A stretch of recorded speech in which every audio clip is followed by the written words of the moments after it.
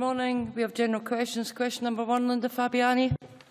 Thank you. To ask the Scottish Government how junior doctors' hours are regulated. Cabinet Secretary Alex Neil. Presiding Officer, the working hours of junior doctors are set and controlled by the New Deal contract and the Working Time Regulations, both of which set limits on the number of hours a doctor can work and ensure that minimum periods of rest and time off are adhered to. The Working Time Regulation limits hours to an average of 48 hours of work per week, and all junior doctor rotas in Scotland comply fully with the limits of the Working Time Regulations. Under the New Deal contract, NHS boards are required to monitor the hours of work for junior doctors twice a year. In this exercise, junior doctors self-monitor by recording the hours they work and the rest breaks they achieve over a minimum period of 2 weeks. This information is then analysed by NHS boards to assess their compliance with both the New Deal contract and the Working Time Regulations. The results of this monitoring is reported to the Scottish Government's Medical Workforce Advisor as well as to the junior doctors involved. Linda Fabiani. Thank the Cabinet Secretary for his answer, but very often in workplaces the practice is very, very different from the theory. And I know that there are concerns about the culture under which junior doctors work, and that's in fact under discussion with the BMA and others just now. I wonder if the Cabinet Secretary has a view on what can be done to ensure that what is documented is actually what's happening on the ground. Cabinet Secretary.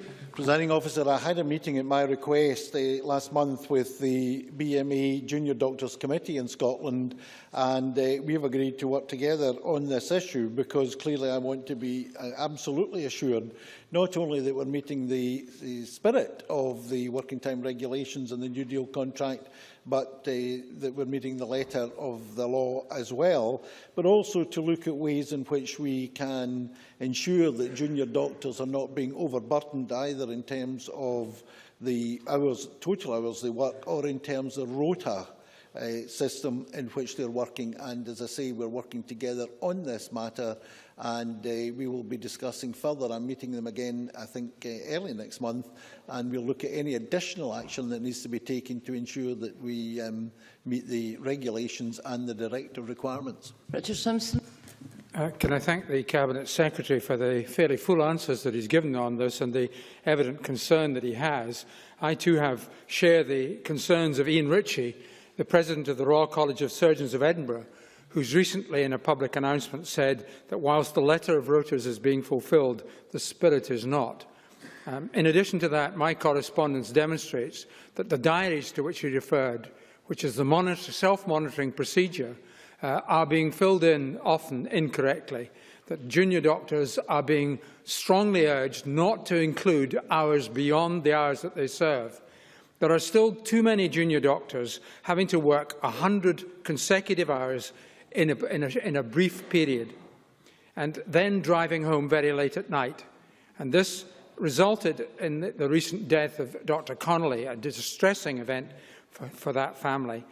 Has the time not come, Cabinet Secretary, for an independent review of how the rotas are being handled internally by the health boards to make sure that, as he has said, the spirit as well as the letter is being followed? Cabinet Secretary. Presiding Officer, there will certainly be no demand for an internal review. I think it's important to act as quickly as possible on any issues that need to be addressed, and the one he mentioned about the recording is an issue that I'm addressing jointly with the Junior Doctors Committee of the BME, and we will work out the way forward together, and I'll take whatever appropriate action I need to take to ensure that we're not putting an unfair or undue burden on junior doctors, not just in terms of the regulations and the directive, but to make sure that the spirit of these directives and rules are not being bypassed in any way, which could in any way threaten the livelihoods or indeed the lives of junior doctors. Before I call question number 2, can I just say that I would appreciate questions and answers being succinct. In that way, we will make progress through the list. Question number 2, John Scott. Thank you, Presiding Officer. To ask the Scottish Government what it is doing to tackle the supply and use of new psychoactive substances. Minister Rosanna. Thank you. The member will be aware, of course, that our actions are restricted by the fact that these substances are not classified under the Misuse of Drugs Act. But in fact, we did have our first parliamentary debate on the issue on the 6th of February, during which I summarised the work done to date and announced my plans to work with partners in Scotland and at the UK level to combat the supply and use of NPS, including plans for a summit in the near future. And in 2013, last year, I made NPS a priority for Scotland's Alcohol and Drug Partnership, the ADPs. Mr Scott will also be interested in hearing about the proactive approach to addressing NPS in his constituency, undertaken by NHS, Ayrshire and Arran and associated ADPs. And this includes the establishment of a pan-Ayrshire drug trend monitoring group, work to determine the prevalence of NPS use locally, and training to raise awareness for staff, service users and people at risk. John Scott. The Minister for her answer, and she will know a recent Freedom of Information request revealed NHS Ayrshire Arran had the highest number of A&E admissions due to new psychoactive substances, although only 6 out of the 14 health boards were able to provide figures. Now, can I ask the Minister what the Scottish Government is doing to address this issue, specifically in the light of the particular health risk? And will the Government take steps to ensure all health boards are recording information on hospital admissions and treatment in order to better inform the efforts to reduce the use of these harmful substances? Hospitals in Scotland do record information using an international classification of disease codes, but unlike other substances, there's no specific international code for NPS. And that means there's no agreed central recording system. Therefore, figures locally produced by NHS boards are not sufficiently robust to be comparable by year or by NHS board. And these codes are used internationally as well, so the difficulties of accurately recording NPS in hospitals is similar worldwide. The WHO are currently consulting on a revised version of the coding system, but it's not due until 2017. We will, however, continue to work with partners locally and nationally, including in the NHS, to look at how data can be better collected in drug services and in hospitals to help us understand the full extent of NPS use and health impacts, and how services in Scotland can collectively best respond. Graham Day. Thank you, Presiding Officer. Is the Minister aware of a recent case involving NPS in Belfast, where a judge ruled that under the General Product Safety Regulations 2005, so-called legal high products seized from a shop there could be destroyed on the grounds that the labelling and safety information in relation to the items concerned was inadequate? And can I ask whether the Scottish Government will consider whether similar use of these regulations might be made here in Scotland to help reduce ready access to NPS? Minister. I am indeed aware of the recent case in Belfast, and I can advise the member that I have already asked my officials to look at it very closely indeed. I would be astonished if Police Scotland were also not looking at the case and considering whether or not this pointed a potential way forward in Scotland. It will be something that I hope we can discuss at the summit which I mentioned in my earlier response to John Scott. 3, Claire Baker. To ask the Scottish Government what measures it is taking to ensure the highest standards of inspections in care homes. Cabinet Secretary Alex Neil. Presiding Officer, the Government is absolutely committed to ensuring the highest possible standards of care and has strengthened the inspection regime to allow the Care Inspectorate to direct its resources where they are most needed. As part of that new regime, we require the Care Inspectorate to inspect every care home in Scotland on an unannounced basis at least once a year. Additional inspections are carried out on those services that are at the greatest risk, and this means that high-risk services are inspected several times during the year to ensure improvements are being made. We have tasked the Care Inspectorate and Healthcare Improvement Scotland with developing a new inspection model which focuses on improving outcomes for people who receive care. Claire Baker.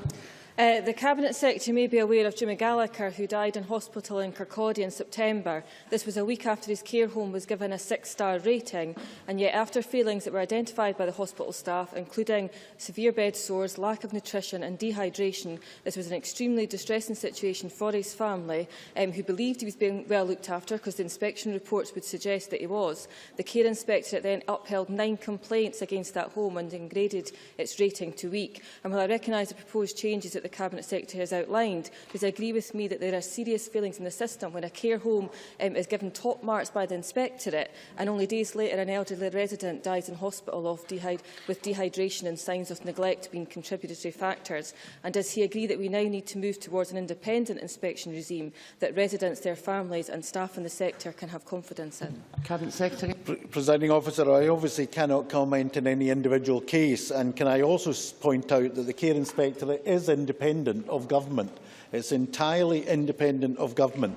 And obviously the Care Inspectorate reviews these cases where something appears to have gone wrong, although I would be cautious in saying that because of there being a prima facie case for something had gone wrong in one particular case, I would be very careful about saying that indicates systemic failure across the entire inspection care regime. I do not think that is necessarily the case, but the Care Inspectorate are looking at this case and a number of other cases to make sure that their regime, their inspection regime, is as robust as it needs to be and should be, and is in line with the overall policy that I outlined in my first reply. Question number 4, in the name of Doug McNeill, has been withdrawn. The member has provided an explanation. Question 5, Willie Coffey. Thank you. To ask the Scottish Government when it last met NHS Ayrshire and Arran and what matters were discussed. Cabinet Secretary Alex Neil. Presiding Officer, ministers and officials regularly meet with representatives of NHS Ayrshire and Arran to discuss matters of importance to local people. Willie Coffey. Can I thank the Cabinet Secretary for that answer?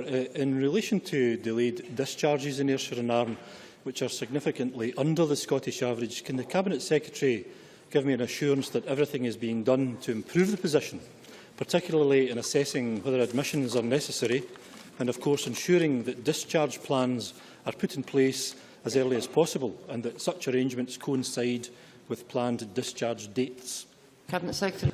Presiding Officer, health boards and local authorities must work together to ensure that the discharge planning process is started as soon as possible in the patient's journey. This will ensure that any carer support that is needed for discharge is put in place for the discharge date. Partnerships across Scotland are also making good progress in developing intermediate care services. These step-up, step-down services are helping to reduce unnecessary admissions to hospital, as well as help ensure timely discharges. Many of these services are in the early development stages, but positive results are already being seen, including, I'm sure you're glad to know, Presiding Officer, in Fife. Question number 6, Rob Gibson. Thank you, Presiding Officer. To ask the Scottish Government what progress it has made on abolishing so-called slipper farming. Cabinet Secretary Richard Lockhead. Tackling what is called slipper farming was, of course, one of our top priorities in negotiating the new CAP, and I was pleased to meet recently with Commissioner Cioloş to discuss this issue further, where he indicated that one of our proposed options for implementing the rules would indeed comply with the regulations and WTO rules as well. So we are now proceeding on that basis. What this means is, in order to meet the minimum activity requirement, farmers will have to either graze domestic livestock or carry out annual management activities on land. This, of course, is in sharp contrast to the current CAP rules, which do not include any active management requirements. I hope this measure, of course, will go a long way to tackling what is a very unacceptable practice. Rob Gibson.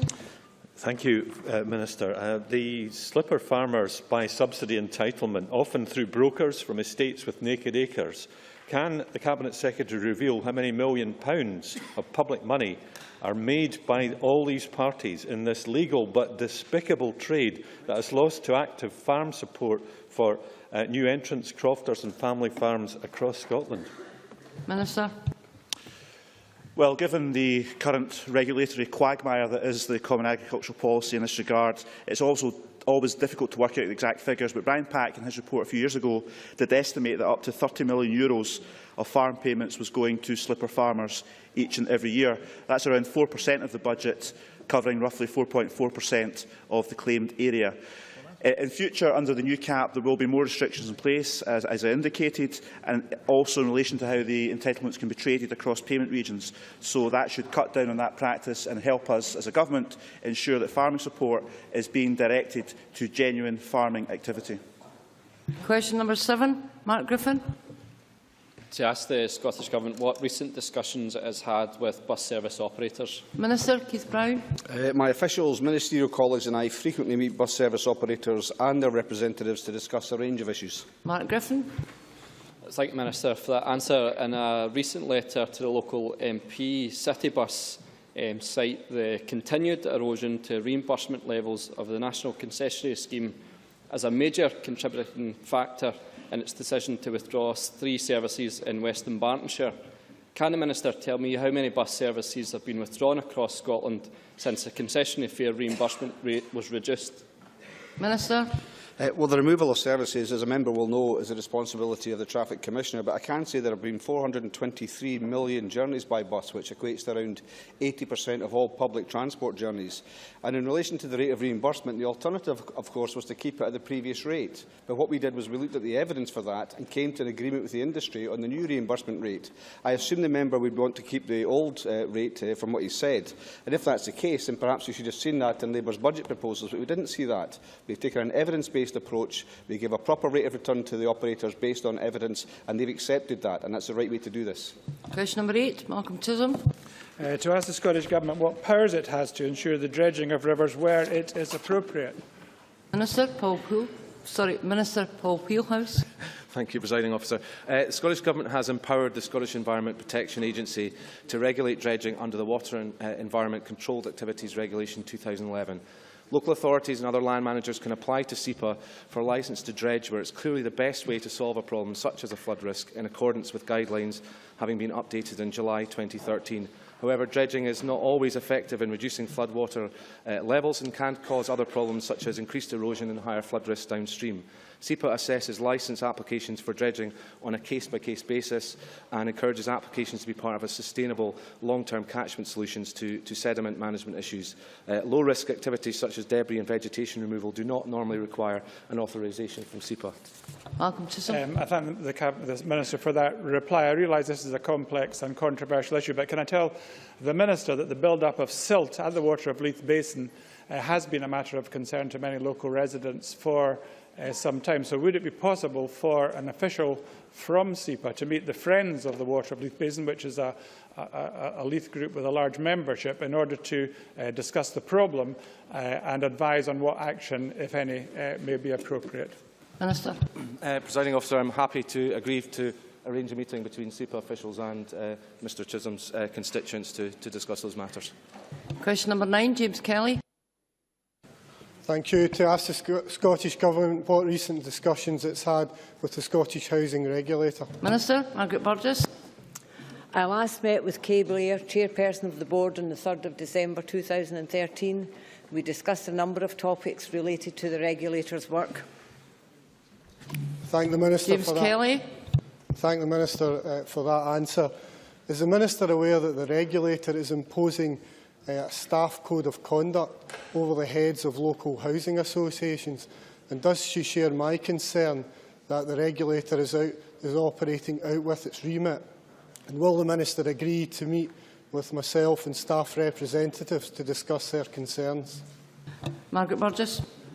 As a member will know, the regulator is independent of government and is answerable to the Scottish Parliament. And I would suggest that to the member that any specific concerns he has, he should in the first instance take up with the chair of the board of the regulator, and if he still remains unsatisfied, then to raise the matter with the Infrastructure Investment Committee in Parliament, because the regulator is independent of government. Maureen Watt. Thank you, Presiding Officer. As the Minister obviously knows, and James Kelly should know, there are proposals relating to the housing regulator in the housing bill, which the ICI committee is currently scrutinising. Should we not wait until all the evidence is taken before any judgment is made? Minister. Yes, I think I refer back to the comment I made that yes, there are issues around the housing bill, but again I have to reiterate that I think it's right that the regulator is independent of government and accountable to Parliament, and that's the way it should be, because we all know good governance in housing associations is extremely important. But I would again say any concerns anyone has, they can raise with the regulator themselves or with the Parliament through the ICI committee. Thank you. We now move to First Minister's questions. Question number 1, Joanne Lamont. Thank you very much, Presiding Officer. To ask the First